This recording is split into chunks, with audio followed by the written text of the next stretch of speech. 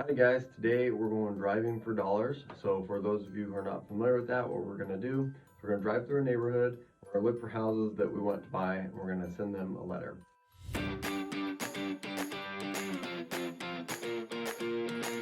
So some people do that in door knock, or they look for their phone numbers. We start by identifying the houses and then sending them a letter. If we really like the house and they don't respond to our letter, then we can look them up on social media, find their phone number, or even go door knock. We usually have pretty good responses with our letters. So what we're doing in the neighborhood, we're driving around, we're looking for the homes that we want to buy for any reason. So we just got about 3 foot of snow in the last week or 10 days. So we're looking for homes that look like nobody's in them, the driveways haven't been plowed, or anything about the house that shows that there's damage to the house, or that there's deferred maintenance or neglect. And it's not like we're looking for the worst houses. We're just looking for the ones that maybe are not quite as good as the other homes in the neighborhood. So if we're in a rougher neighborhood, we're looking for the houses that are a little worse than those. If we're in a nice neighborhood, we're looking for the ones that, you know, are just a little bit worn. And then we're gonna send them a letter and see how we do. The things that I bring when I'm driving for dollars is a notepad to write things down, and an app on my phone that'll show me the address if I can't see it. So there are different driving for dollars apps you can pay for that you which house you're interested in, and they'll put it on a mailing campaign, things like that. Those are pretty cool. I don't use them. I just use this app. There's probably a ton of them. This one is called Regrid, and it'll show you where you are in the neighborhood. And so for instance, it pops up and it shows where I am in relation to the building that I'm in right now. And then if I click on those buildings, it'll actually show me the address and sometimes the owner, but I just put the address down. When I get back to the office, we pull up the tax records and send them mail. So we're heading out. We're gonna be gone for probably an hour or so. We'll try to get 10 to 20 addresses in an hour. And today, like I mentioned, we're bringing our shovel because we've got about 3 foot of snow. A lot of the roads aren't plowed. There's dead vehicles, stuck in snow berms all over the place. So it's going to be quite the adventure. So when we get back, we'll show you the letter that we write, and on our adventure, we'll show you some of the things that we're looking for. Thank you. So this first house that we saw that looked distressed when we came into the neighborhood, the driveway isn't plowed and it's boarded up. It's a great sign that something's going on there. So I pulled it up on the app that we talked about just to grab its address, and I noticed when I clicked on it, it also shows me the owner. That one's owned by the Federal National Mortgage Association. So basically, we're not going to put it on the list. If we send them a letter, they're not going to respond, and that's what we're doing today, is looking for owners. That one's already foreclosed, so we'll look for it coming up on the foreclosure market. But that's basically what we're looking for, signs that something's wrong or that nobody's there. So that house doesn't look too bad. The drive was plowed, but not since our last snow. There's one boarded up window. Doesn't look crazy, especially with that nice expensive camper next door to it, but we might as well send them a letter anyways. We're trying to get 10 or 20 in an hour, so that one's reasonable. So here we've got a vacant lot, and looking at my map, it is vacant. It's not attached to one of the other properties, and in this area it doesn't have a lot of vacant lots and could be reasonably valuable. We're gonna put that on the list. It looks like a good buildable lot. We'll send them a letter also. So that house doesn't look horrible, but I'm not sure if it's being occupied. There is a fair amount of debris around it. Not too crazy, but less than the average for this neighborhood that has a lot of nicer places. So we're gonna put that one on our list too. That one's similar to the last one, a little bit more stuff outside the normal, and I'm not positive it's occupied because I don't see tracks in the snow there. So we'll throw that one. Here's another vacant lot. This one is owned by the neighbor next door, so they might not be interested in parting with it, but maybe they will be. So we'll send them a note just because we are interested in vacant lots in this area. So no lights are on, none of the vehicles have been uncovered by snow, and the driveway hasn't been plowed. So that one might be vacant. Maybe they're just on vacation because they seem to have a lot of nice stuff. So we'll send them a letter anyways.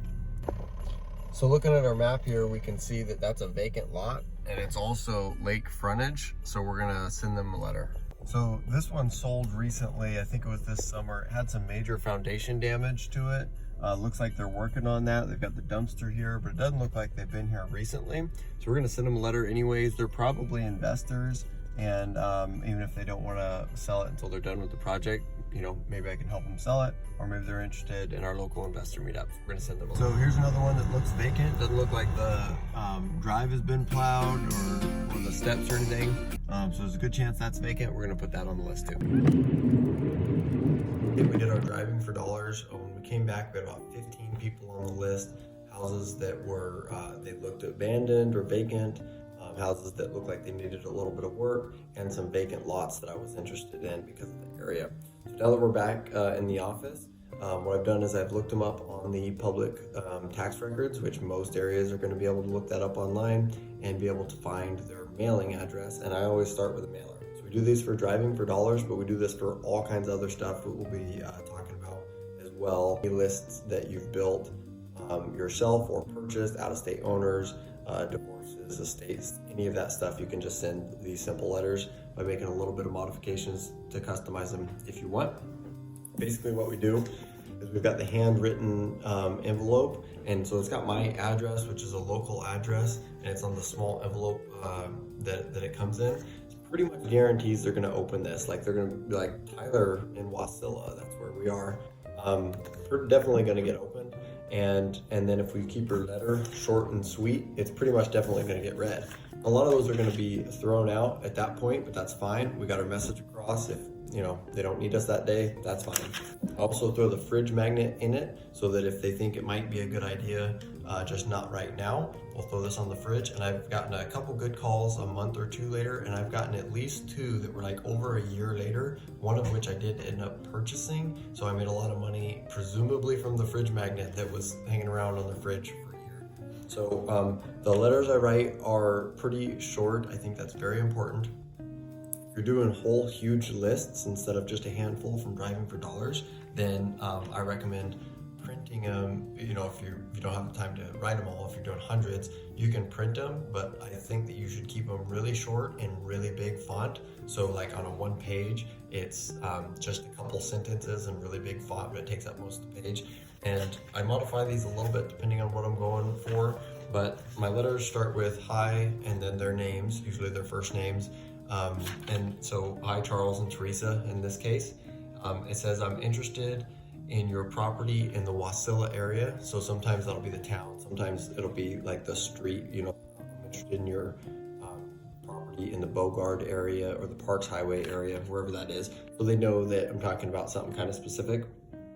And then if you would consider selling, please give me a call today. That's about enough.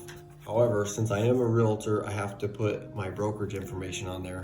So after it says, give me a call today, it's got my name, my phone number, and then because I have to, it says my brokerage. If you're not a realtor, you'll just skip that part. I have to put that there for legal reasons. And then in parentheses, I don't want them to think that I'm fishing for a listing, even though I don't mind, you know, getting listings, and I do get a lot of listings from these. I put in parentheses that I am a realtor, but I'm actually interested in buying your property myself. That way, you know, I've done my legal obligation by letting them know that I'm licensed, and but that I am an actual real investor. So if you're not an investor, you just skip that, and then it's even better. Or if you're not a realtor, it's short and sweet. Interested in your property over here. If you consider selling, give me a call today. And then my fridge magnet that says I buy houses, any condition, financeable or not. For a free house valuation, call me today. It's got my brokerage too for the legal reasons, but it's saying, you know, I buy houses. And I've done really well with these. I buy them in bulk, and I think they're like $0.25 a piece. So between that and a stamp and an envelope, I'm into this for under $1, and I've made hundreds of thousands of dollars, sometimes just from one letter. My best scenario is I ended up buying at least 4 properties from one person and brokering 2, and that person invested private money into some of my other investments. So this person did deal after deal after deal with me from a letter like this and a fridge magnet. And she didn't even call for like a couple months after I sent it. So I think the letter is important.